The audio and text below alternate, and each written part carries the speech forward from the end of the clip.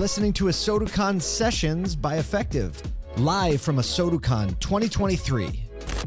I'm so excited to be here with you right now at ASOTU CON, Matt Jones. You're not nearly as excited as I am, Paul. I don't know. We'll argue over that for the whole episode. But your title recently switched from the last time you were on a show. Yes. So now there's a senior director in front of your name. Absolutely. So senior director of industry relationships? Yes, relations. That's right. Yeah, relations and education. I'm really lucky in that I get to learn what's going on in automotive industry on a macro and share it with dealers on a micro. I also get to learn about what consumers are doing macro and share it with dealers on a micro. And so that relations and that education part comes in. When you're sitting in a store and you're focused on what you do at work, you may be missing some of the things that are going on in the big world, particularly if you don't come to industry like events like this. Yeah. Inevitably. So I get to be that conduit of information sharing between dealers and automotive and consumers and dealers and media. It's great. I love it. That sounds like a great job. Dude, it is. Because every time you talk to somebody, they're like, I didn't know that. Yeah.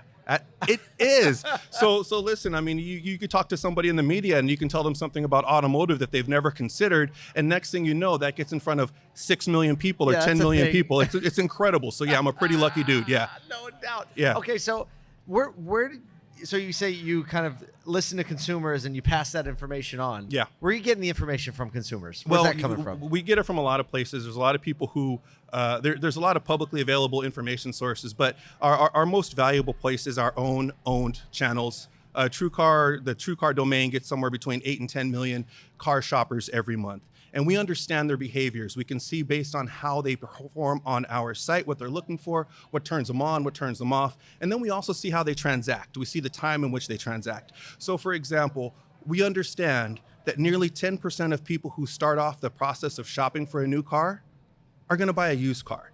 People don't talk about things like that. So now when you have that type of information and you can share it with consumers and you can say, hey, other people like yourselves have started off looking at something new, but to get a little bit of price relief and payment relief, they've actually transitioned to something used. And that's a very easy example, but consider that to all the facets of car shopping. It's actually very interesting when you have the transaction side and you can actually marry it with the behavioral side. You can learn a lot about how this market is actually operating. And it's not theoretical, right? It's not theoretical. There's a lot of anecdotal, theoretical information around that. We just had, the assumptions of what consumers know or what they're thinking. I think Kimberly Barta was who said it, the CMO of Group 1. She said, the data tells you what, but only the person can tell you how and why, right? So marrying those things and behaviors and things together to get to the how and the why, I feel like is a big important part of how you communicate to dealers about what consumers want, and then how to communicate to consumers why dealers are the way they are. Right. So because what you have is when you talk to a person, you're going to have what they say, which could sometimes be diametrically opposed to what they do. Absolutely.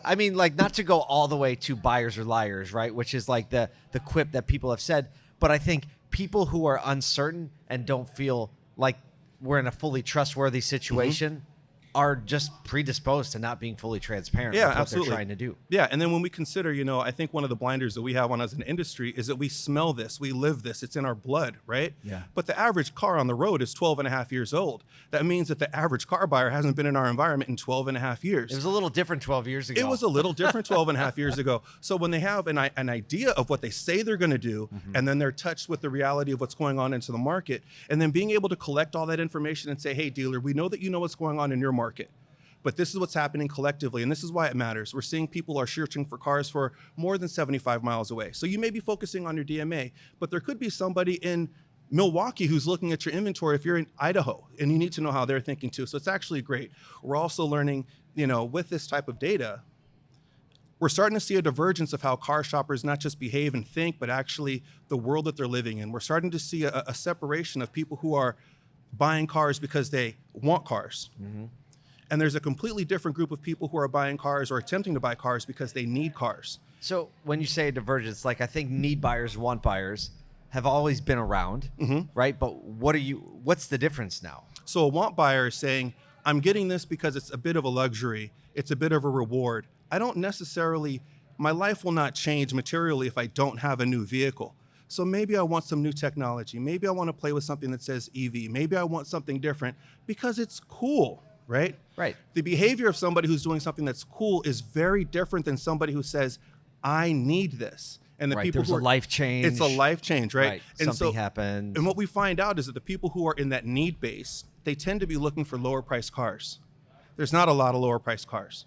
They're looking for inexpensive solutions to their transportation needs. There's not a lot of those. So there's a desperation feel on the want side. Especially if the last time they bought something was 12 years ago. Right. Payments were a little different. Everything was a little different. You get a new car. Remember, you could get 12 years ago. Shoot, you could get a car for like $11,995. You could get a Versa, you could get a Mitsubishi, Brand you new. could do that. No such thing now. So what we're doing at TrueCar is understanding that people are diverging. And we're thinking, is it appropriate to give everybody the exact same sales process? Because it may not be. Your needs may be different than yours. I'll say it. The answer is no. No, the answer is no. And so with this data, we're allowed to make decisions that could actually move the car shopping process forward for consumers, thereby making it easier for dealers. So there's a lot of good work going on behind the scenes. But anyway, yeah, that's what I get to do. I get to look. That was our first question. Yeah, I get to do a lot of cool stuff. It's great. So one thing I love about whenever we talk is you always have great stories. Oh, I always got great stories. And you do, and you usually have them stacked up. I feel like I want to hear a Matt Jones story, and this could be about. I'll give you carte blanche, but it has to be related to the buying process or something you discovered or something you came across. So check it out. Look at let me just point out. No, because I think I didn't even he had this locked and loaded. I didn't even ask him. He's just got one right here. Oh, there's a little one. Right No. See, this is important to me because when we talk about that divergent customer, that want-based customer, oftentimes that want-based customer is budget constrained, which might mean that they're payment constrained. And if you're paying attention to anything in the news, the average transaction price is something like 46 grand for a car right now. Average car payment is something like $750, right? Yeah. Those averages are untenable for a lot of America, right? At the same time you have that, you also have people talking about EVs, right? Those are the two conversations that seem to be dominating the automotive marketplace conversation as far as media is concerned. Right. EVs and EVs expensive. affordability. Right. Boom, EVs boom, affordability. boom. Yeah. EVs actually can equal affordability if we're talking about pre-owned EVs. And we're starting to see these 3-year-old EVs hitting the market with 20,000 miles that are $16,000, $17,000. And because they're 3 years old, they have 20,000 miles on them, they should be prime candidates for financing for people who will finance EVs, which could fill a hole for these people who are looking for affordable solutions to their transportation. So we're trying to introduce those two people to each other. Yeah, you might want a Honda Accord that's like 5 years old. You might want to get that $250 payment. But how about this Volkswagen, whatever it is, Golf E, ID4, whatever it is. Yeah, because this might actually be a solution for you. And we're seeing that there's a precedence for this. A couple years ago, Kia Optimas, Camry hybrids, the people who were begging for approvals, so needed approvals, next thing you know, they're driving a Camry hybrid because of that steep depreciation curve. So it's not necessarily a story, but it's an opportunity to help people who are saying, hey, I really need to fix this problem. At the same time, you've got dealers who have EVs and certified pre-owned EVs or used EVs that are, aging, put them together, and we can make this process easier for everybody. And that's what the data allows us to do. So there's a hole. This is the last question. The data allows you to do it. Do you find that in those scenarios where you're like, hey, maybe you would consider this because it fits the bill, is there an education gap 1,000%. at that point, right? When you're saying, well, consider this EV, which a lot of people could be like, whoa. Yeah, 1,000%. And, obviously it's not an off-blanket solution for everybody. No, right? no, I understand. But it is a solution, right? It is a potential viable solution that should be explored. The other thing that I really stand by when it comes to this data collection, I think it's interesting. My background is I sold cars. I worked at SoCal dealerships for 12 years. I sold a lot of cars to a lot of different people. But what I didn't necessarily do is use data to actually make me a better seller. And I think the one glaring opportunity is understanding the difference between a used car shopper behavior and a new car shopper behavior as it relates to time to close a deal. Now, we've seen on our site that nearly 10% of people who buy used cars buy them within 24 hours of hitting submit. Wow. Nearly 10% of people who buy used cars buy them within 24 hours of hitting submit.